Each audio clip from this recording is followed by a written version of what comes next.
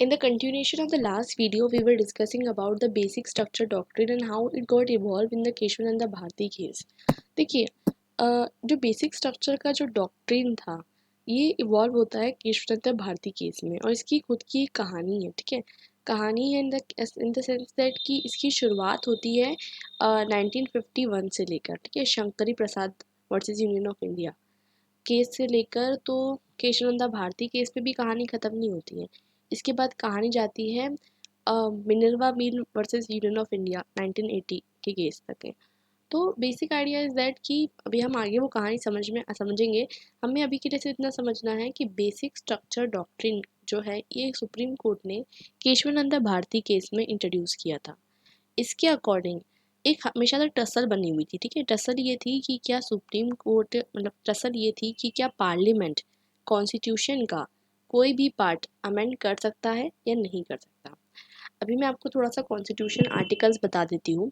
तो आर्टिकल 368 ठीक है गवर्नमेंट को पावर देता है कि पार्लियामेंट जो है कोई भी पार्ट कॉन्स्टिट्यूशन का अमेंड कर सकती है. ठीक है, और सिमिलरली आर्टिकल 13 जो है वो क्या कहता है गवर्नमेंट को कि जो फंडामेंटल राइट्स है उसे गवर्नमेंट जो है अब्रिज नहीं कर सकती. ठीक है, अब इन दोनों के बीच में एक टसल है आर्टिकल 13 एंड आर्टिकल 368. इसके खुद के अलग अलग प्रोविजंस भी है और अलग अलग क्लॉज भी है. अभी हम उतना डिटेल में नहीं जाएंगे. तो आर्टिकल 13 और आर्टिकल 368 के बीच का जो टसल है ये जुडिशरी को सॉल्व करना है, क्योंकि जुडिशरी कौन है? Ultimate interpreter of the constitution.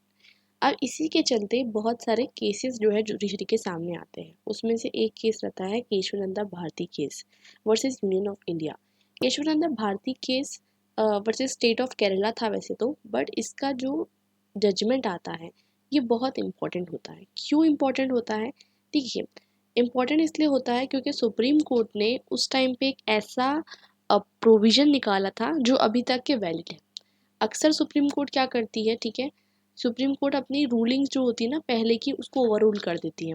पहले जजमेंट कुछ और दिया, थोड़े साल बाद ओवर रूल, अगले अगले साल over rule, over rule over rule over rule. लेकिन सुप्रीम कोर्ट ने केशवानंद भारती केस में जो जजमेंट दिया था वो अभी तक के वैलिड है in the context of basic structure of constitution कि पार्लियामेंट सब कुछ अमेंड कर सकती है including the fundamental rights, including the preamble, but subject to the condition कि ये बेसिक स्ट्रक्चर को वायलेट ना करे.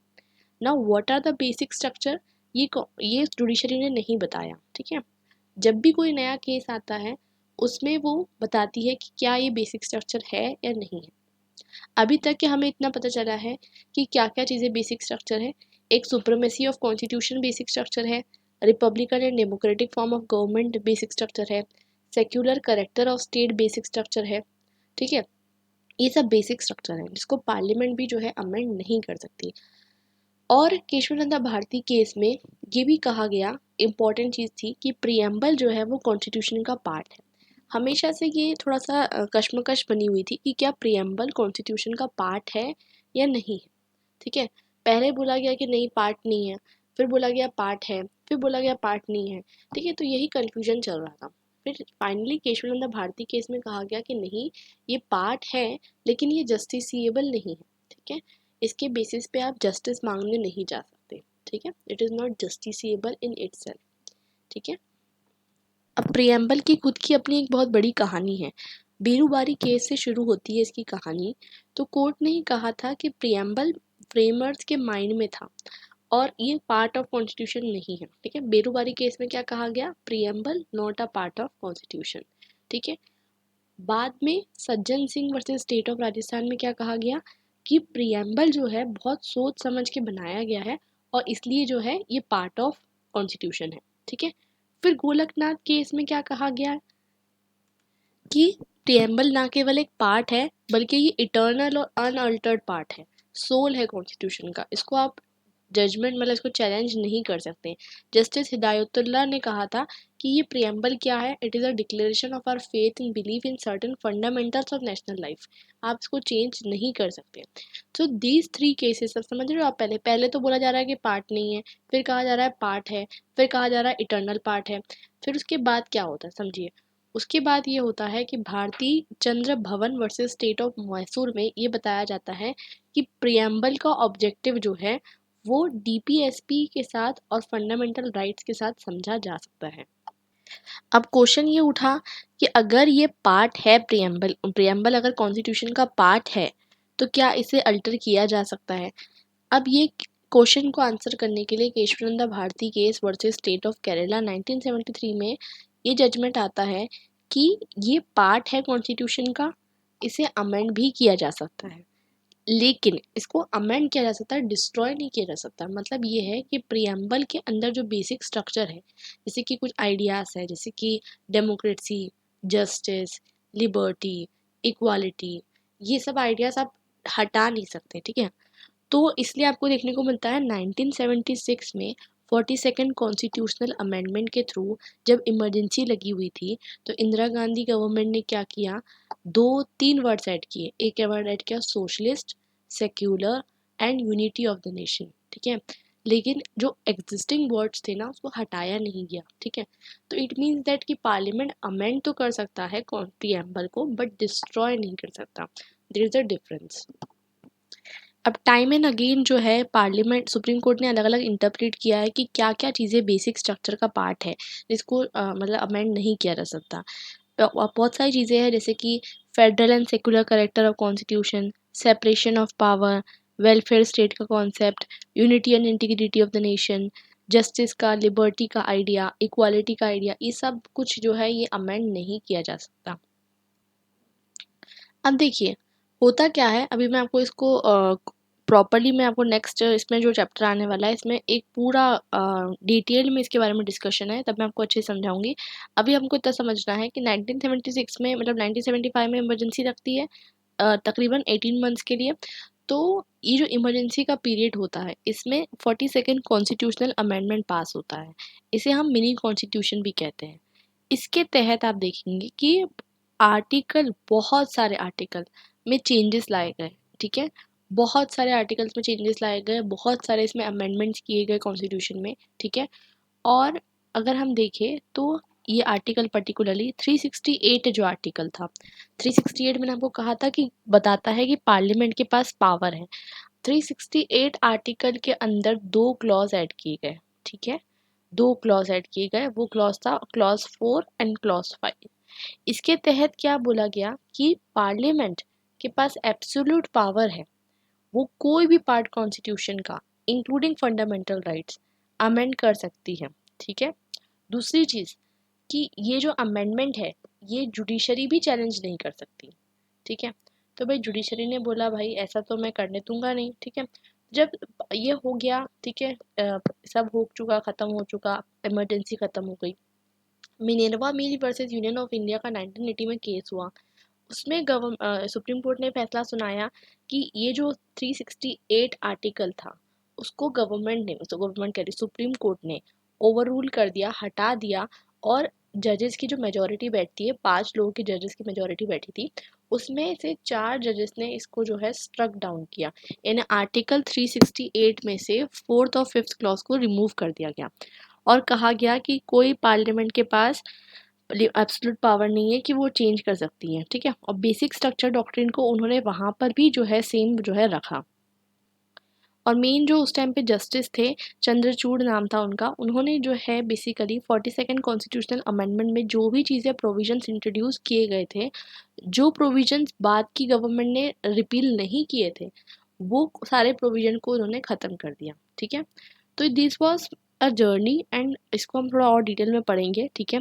इसके पहले हम ये समझ लेते हैं कि 42nd कॉन्स्टिट्यूशनल अमेंडमेंट बहुत सारी चीज़ें ऐड करता है हमारे कॉन्स्टिट्यूशन में और प्रीएम्बल में। उसमें से कुछ ऐसे थे जो क्रिटिसाइज किए गए और कुछ अभी तक एक्सेप्टेड है, जैसे सोशलिस्ट, सेक्युलर और यूनिटी ऑफ द नेशन जो ऐड किया गया, अभी तक के हमने इसको चेंज नहीं किया है। लेकिन जो बाकी चीज़ें बहुत सारी ऐसी हुई थी 42nd कॉन्स्टिट्यूशनल अमेंडमेंट में, जिसे हमने 44th और 43 कॉन्स्टिट्यूशनल अमेंडमेंट के थ्रू बाद में जो पार्टी आई थी, जनता पार्टी गवर्नमेंट फॉर्म होती है, ठीक है, कोalition से, उस टाइम पे वो सारे आर्टिकल्स जो है स्ट्रक डाउन कर दिए जाते हैं, रिमूव कर दिए जाते हैं। हम पढ़ेंगे वो सब चीज़ों के बारे में। द पॉइंट इज दैट कि अभी आपको ये समझना है कि this constitution framing is not a limited process जो ख़त्म हो चुकी है 1949 में या 50 में, ऐसा नहीं है। द पॉइंट इज़ दैट कि it is still continuous process, अभी भी अमेंडमेंट्स होते हैं, ठीक है, और अभी भी जुडिशरी और पार्लियामेंट के बीच में एक टसल बना हुआ रहता है regarding the power to amend the constitution. समझते हैं प्रियम्बल के बारे में। तो देखिए प्रियम्बल आपको बहुत अच्छे से पता है, मैं इतना बेसिक में नहीं जाऊंगी। It is the soul of constitution, introduction to constitution. ये एक ढांचा है जिसमें कॉन्स्टिट्यूशन पूरी तरीके से जो है आप देख सकते हो उसमें फिट है।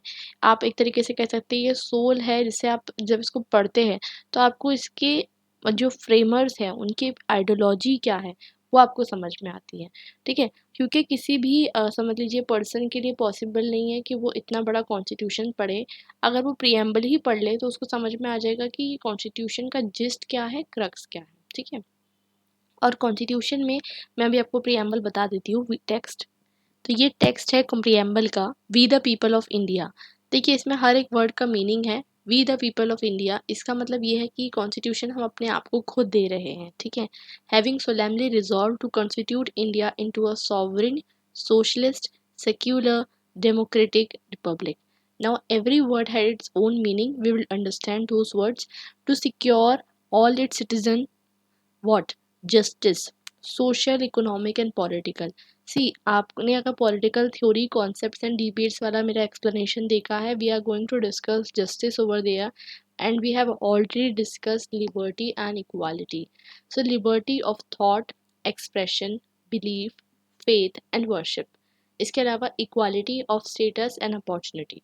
तो ये जो वर्ड्स है ना अपने आप में, तो ये वर्ड्स का बहुत डीप मीनिंग होता है, ठीक है, जो आप पढ़ेंगे पॉलिटिकल थ्योरी में, ठीक है। हमारा यहाँ पर ये मेन डिस्कशन नहीं है, हमें सिर्फ यहाँ पर कॉन्स्टिट्यूशन पढ़ना है, ठीक है। And to promote among them fraternity, assuring the dignity of individual and unity of and integrity of the nation। अभी देखिए यहाँ जो वर्ड ऐड हो गया है यूनिटी ऑफ द नेशन, ये ऐड हो चुका है, पहले नहीं था, ठीक है। पहले सिर्फ ये था कि dignity of the individual and integrity of the nation, बाद में क्या ऐड हुआ, यूनिटी ऐड हो गया। और ये आपको पता है 26 डे ऑफ नवंबर 1949 में हमने इसको अडॉप्ट कर लिया था। भले ही जो इनेक्ट हुआ था ये कब हुआ था, 26 ऑफ जनवरी को हुआ था। Now talking about sovereignty. Sovereignty it means that कि इंडियन गवर्नमेंट जो है वो सॉवरिन है इंटरनल एंड एक्सटर्नल मैटर्स में। कोई भी तरीके का जैसे कि आप देखेंगे Canada, other countries which are under the part of Britain federation जो सॉवरिन नहीं है, ठीक है, सॉवरेनिटी नहीं है, मीन्स इनका जो सॉवरेनिटी है they are not sovereign because dominion status में है अभी तक वो। और इंडिया इज सॉवरेन, लेकिन इंडिया जो है आपको पता होना चाहिए 1947 में सॉवरेन नहीं हुई थी, ठीक है। इंडिया कब सॉवरेन हुई, जब इंडिया के कॉन्स्टिट्यूशन में हमने ये सॉवरेनिटी का कॉन्सेप्ट अडॉप्ट किया, 1950 में इंडिया सॉवरेन हुई। इससे पहले क्यों इंडिया सॉवरेन नहीं थी, ये समझने वाली बात है आपको।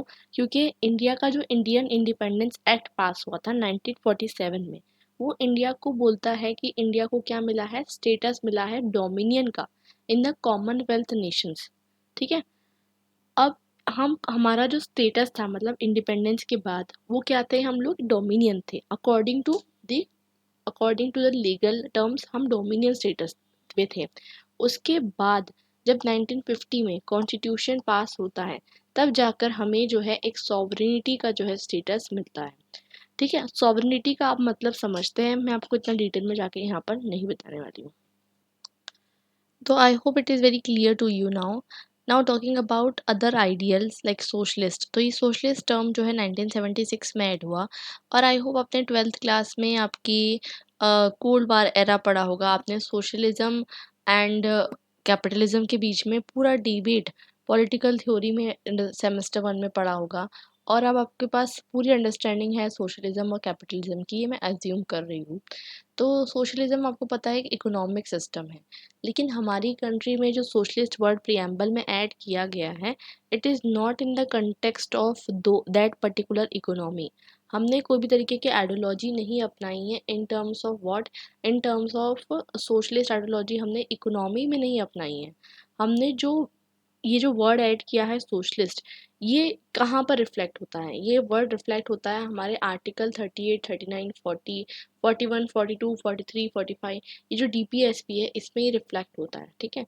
और स्टार्टिंग से ही कॉन्स्टिट्यूशन मेकर्स जो है, इनफैक्ट जो जवाहरलाल नेहरू थे, he was very tilted toward socialism, but still constitution makers ने इज़म ऐड नहीं किया, कोई आइडियोलॉजी नहीं ऐड की, ठीक है, इंडियन कॉन्स्टिट्यूशन में। मोर ओवर जो 45th अमेंडमेंट बिल था, उसने ट्राई किया कि सोशलिज्म को किस तरीके से डिफाइन किया जाए। तो डिफाइन कुछ इस तरीके से किया गया, it is free from all form of exploitation, social, economic and political. तो ये क्या होता है, basic idea is this that जितना भी तरीके का एक्सप्लॉयटेशन है उसे ख़त्म करना सोशलिस्ट है। सोशलिस्ट हम इकोनॉमी नहीं अपना रहे हैं, ठीक है, हमारी economy is an example of mixed economy, and post 1990s you can see there is a tiltation towards what, capitalist economy, ठीक है।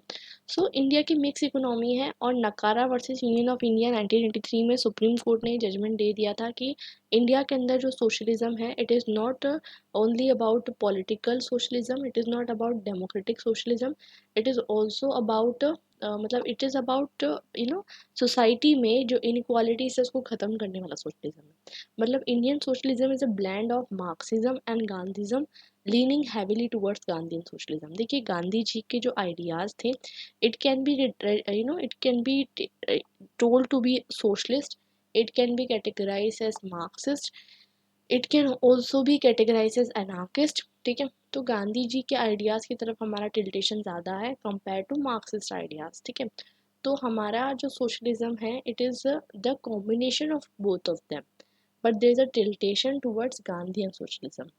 और यही चीज़ जो है बाद के भी चीज़ों में क्लैरिफाई की गई, कि GB Pant versus State of UP में क्लैरिफाई की गई। कोर्ट ने ये कहा कि सोशलिस्ट कॉन्सेप्ट जो है वो इम्प्लीमेंटेड है ऑलरेडी कॉन्स्टिट्यूशन के थ्रू, और सोशलिज्म का एम क्या है, सोशल जस्टिस है।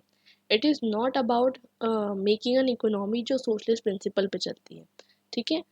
और साथ साथ बात ये भी है कि जो सोशलिज्म है, it is not about, India के कंटेक्स्ट में socialism is more about what, social justice, ना कि economic system. Now the word secular, देखिए secular word was added in 42nd constitutional amendment of 1976, but इसका मतलब ये नहीं कि इससे पहले हमारी कंट्री सेक्युलर नहीं थी। The country was already secular, and it was evident to the fact that fundamental rights article number 25 to 28 हर पर्सन को क्या देती है कि वो अपना रिलीजन प्रैक्टिस कर सकता है। But you know very well कि इंडिया का जो नोशन है फेडरलिज्म का, सॉरी फेडरलिज्म कह रही हूँ, सेक्युलरिज्म का, वो बहुत डिफरेंट है from western notion of secularism, ठीक है। बेसिक आइडिया इज दैट, देखिए जो वेस्टर्न नोशन ऑफ सेक्युलरिज्म है, ये है निगेटिव सोशल, निगेटिव सेक्युलरिज्म। हमारा इंडिया का positive secularism. How it is, see, वहाँ पर जो है वेस्टर्न सेंस में रिलीजन को रिकॉग्नाइज नहीं किया जाता।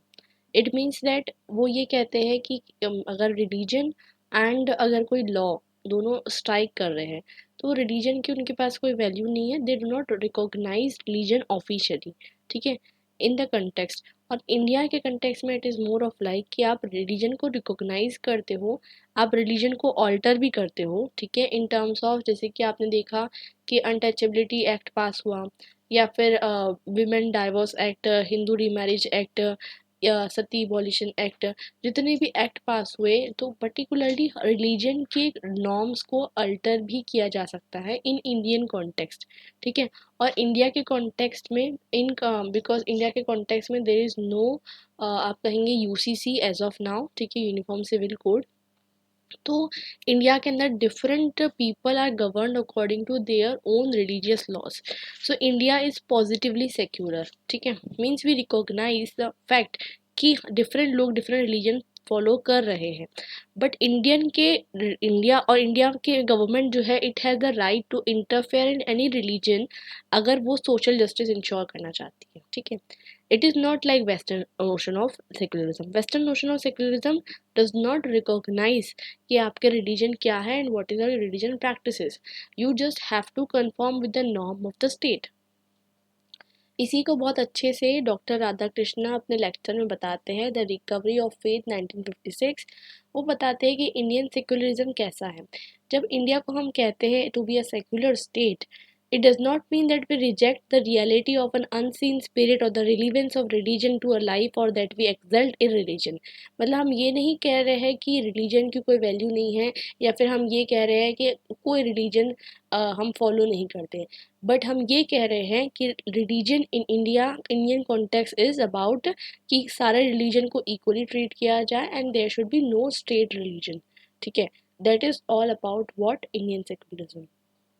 इन सिंपल टर्म्स ये कह सकते हैं, Bal Patil versus union of India 2005 के केस में सुप्रीम कोर्ट ने ये स्ट्राइक डाउन किया कि इन अ नटशेल इंडियन का सेक्युलरिज्म का मतलब ये है कि state will have no religion. ठीक है, और सेक्युलरिज्म को हिंदी में किस तरीके से ट्रांसलेट किया जाता है, धर्मनिरपेक्षता की तरह नहीं ट्रांसलेट किया जाता है, पंथ निरपेक्षता की तरह ट्रांसफर किया जाता है. Means it is having independent of sects.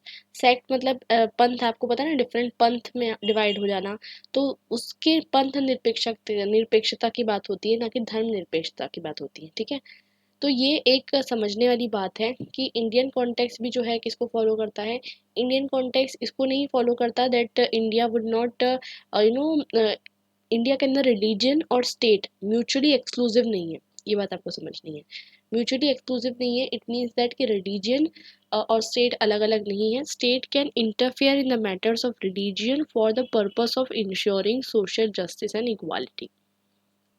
Now democratic government, तो इसको तो समझाने की आपको ज़रूरत ही नहीं है. डेमो वर्ड से ग्रीक वर्ड डेमो मतलब पीपल, क्रेटोस मतलब गवर्नमेंट, और ये हमारा बेसिक फीचर है. हमने रिप्रेजेंटेटिव पार्लियामेंट डेमोक्रेसी को अपनाया है और हम लोग इलेक्शन करते हैं. These all things are very much similar, we are very much familiar to all this concept.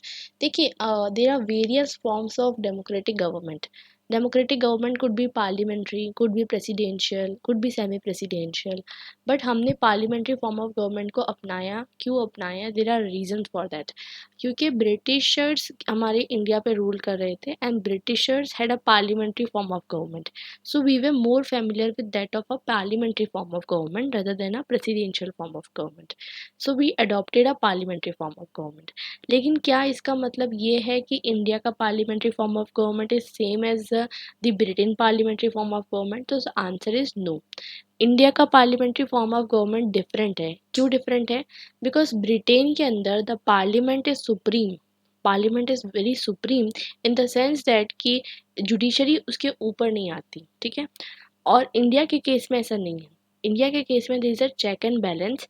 तो कोर्ट्स जो है it is vested with authority कि वो कोई भी जजमेंट, कोई भी स्टेटमेंट, कोई भी लॉ जो पास किया गया है पार्लियामेंट के द्वारा उसको क्वेश्चन कर सकता है. So in Indian context it is more about कि कॉन्स्टिट्यूशनलिटी ऑफ लॉ को जुडिशरी जो है चेक कर सकता है, but in Britain context it is not there. ठीक है, तो ये आपको समझना है. नाउ इन इंडियन कॉन्टेक्स्ट जो डेमोक्रेटिक वर्ड है प्रीएम्बल में, it is not only about political democracy but it is also about social and economic democracy. Because doctor B R Ambedkar ने कहा था कि इंडियन कॉन्टेक्स्ट में political democracy is not only important but social and economic democracy is also very important, और यही असली M होना चाहिए. ठीक है, तो ये एक चीज़ आपको समझनी है. साथ साथ बात करते हैं रिपब्लिक के बारे में. वी नो वेरी वेल कि रिपब्लिक क्या होता है, when head of the state is elected and not selected. And India के कॉन्टेक्स्ट में president of the India is selected, sorry elected indirectly. ठीक है, इनडायरेक्टली मतलब हम प्रेसिडेंट डायरेक्टली नहीं चूज करते. जो Rajya Sabha and Lok Sabha they do vote and select for the president of the country. And उनका इलेक्शन का सिस्टम बहुत डिफरेंट होता है. It is not the FPTP system that is being followed throughout the country, that is first past the post system नहीं follow करते, they follow the PR system. and I assume कि आपको FPTP and PR system के बीच में difference पता होगा अगर आपने 11th क्लास की NCERT पढ़ी होगी तो. But the point is that कि मतलब इलेक्शन जो है वहाँ पर इनडायरेक्ट होता है. इंडिया में हम लोग जो सिलेक्ट करते हैं जो लोकसभा मेंबर्स, हम इनसे डायरेक्टली सिलेक्ट करते हैं. रिपब्लिक वर्ड का जो है लैटिन ओरिजिन है जो आया है रेस पब्लिकस नाम से. It means that of the people. मतलब ये बताने की कोशिश की जा रही है कि हमारा जैसे कि दूसरी कंट्री से लाइक ब्रिटेन, ठीक है, वहाँ पर head of the state is selected. ठीक है, it is not elected.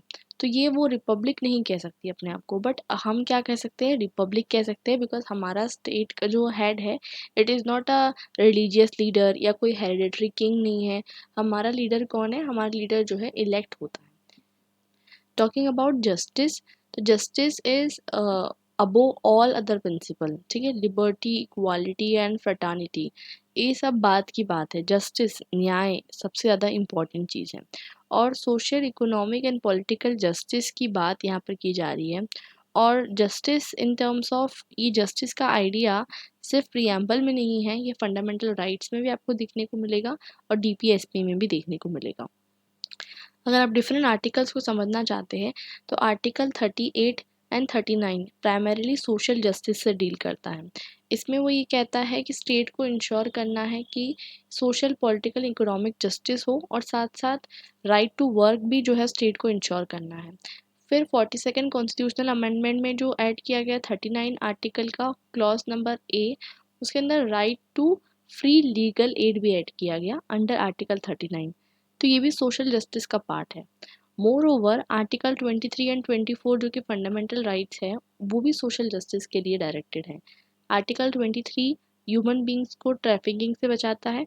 Article 24 ये कहता है कि employment of children below the age of 14 years in hazardous factory is prohibited.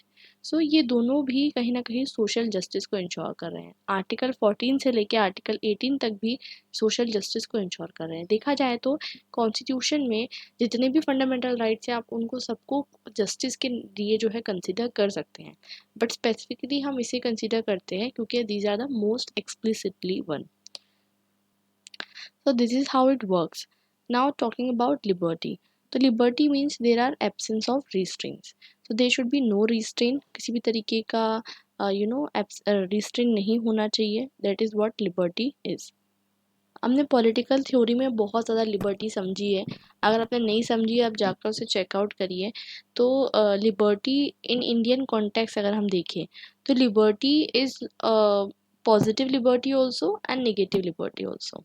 किस तरीके से, देखिए आर्टिकल 19 को हमने समझा था, तो आर्टिकल 19 के पार्ट नंबर 1 के अंदर जो भी क्लॉजेस दिए गए हैं, 19 का part number A B C D E F, इसमें आपको सारे राइट्स दिए गए हैं, but then there are some reasonable restrictions which has been imposed upon you under article 19 part number 2, जो हमने पहले भी डिस्कस किया है।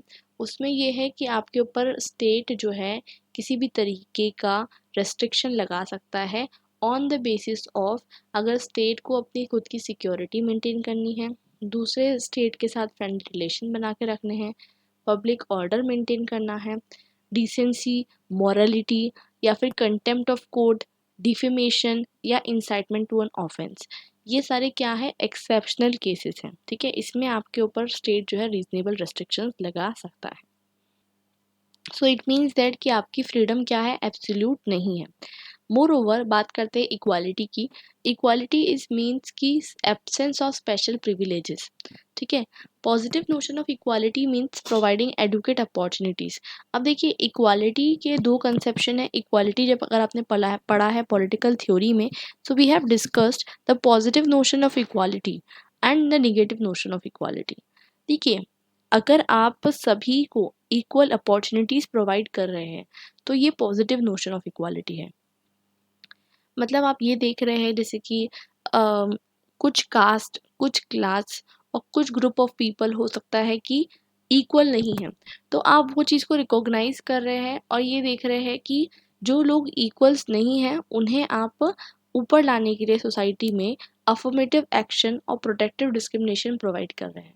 सिंपल से शब्दों में मैं कहूँ तो जितनी भी वेलफेयर स्कीम्स गवर्नमेंट बनाती है ये डिप्राइव्ड सेक्शन के लिए बनाती है, ऐसा तो नहीं कहती कि सभी के लिए बना रही हूँ मैं। ठीक है, वेलफेयर स्कीम्स किसके लिए होती है, डिप्राइव्ड सेक्शन के लिए होती है। रिजर्वेशन किसके लिए होता है, डिप्राइव्ड सेक्शन के लिए होता है। स्कॉलरशिप्स किसके लिए होती है, डिप्राइव्ड सेक्शन के लिए होती है। तो this is to ensure equity. ठीक है, इक्विटी एंड इक्वालिटी ये दोनों अलग अलग टर्म्स है। ठीक है, तो ये स्टेट इंश्योर करता है कि जो इक्वल्स है उनको इक्वल तरीके से ट्रीट किया जाए और अनइक्वल्स को अनइक्वल तरीके से ट्रीट किया जाए। लेकिन लीगल एस्पेक्ट में अगर हम देखें तो लीगल एस्पेक्ट में चाहे कोई अमीर हो या चाहे कोई गरीब हो, all will be treated equally. ठीक है, तो in terms of legality all are equal, लेकिन जब बात आती है जस्टिस इंश्योर करने की तो हम ये देखते हैं कि इक्वालिटी में इक्वालिटी डज नॉट मीन्स कि आप अनइक्वल लोगों को इक्वली ट्रीट करेंगे। तो अगर कोई इंसान अंडर प्रिविलेज है तो उसके लिए स्टेट रिजर्वेशन इंट्रोड्यूस कर सकता है, ये स्टेट के पास राइट है, ठीक है, चाहे वो EWS सेक्शन हो, चाहे वो SC ST हो, चाहे वो OBC हो, या चाहे और कोई भी और सेक्शन ऑफ सोसाइटी हो। सिमिलरली जो रिसेंट जजमेंट पास हुआ है that is regarding the women reservation bill in state and central legislative assemblies, जहां पर आप देखेंगे कि 33% seats are reserve for women. ये जो लॉ पास हुआ है नारी शक्ति वंदन अधिनियम, सो इट मीन्स दैट कि विमेन भी एक under deprived section of society consider की जाती है। तो इसलिए स्टेट ने जो है इसके लिए लॉ पास किया and it will not be declared as unconstitutional, क्योंकि ये जो है डिप्राइव्ड सेक्शन ऑफ सोसाइटी के लिए सोशल जस्टिस इंश्योर करने के लिए ये इंट्रोड्यूस किया गया है। Although there are various political scientist जो इस चीज़ को अपोज कर रहे हैं that in a democracy how can you ensure reservation for women, ठीक है। So that is another side of the debate, but the point over here is that कि state can ensure social justice through protective discrimination और through affirmative action।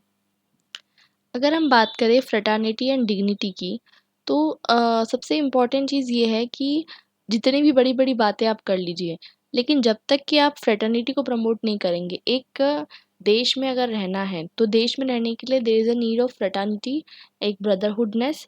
Doctor B R Ambedkar said in the constituent assembly debates कि fraternity is the common sense of brotherhood, ठीक है, जो सभी Indians के लिए होना चाहिए एक दूसरे के लिए, और इसलिए he gave the value of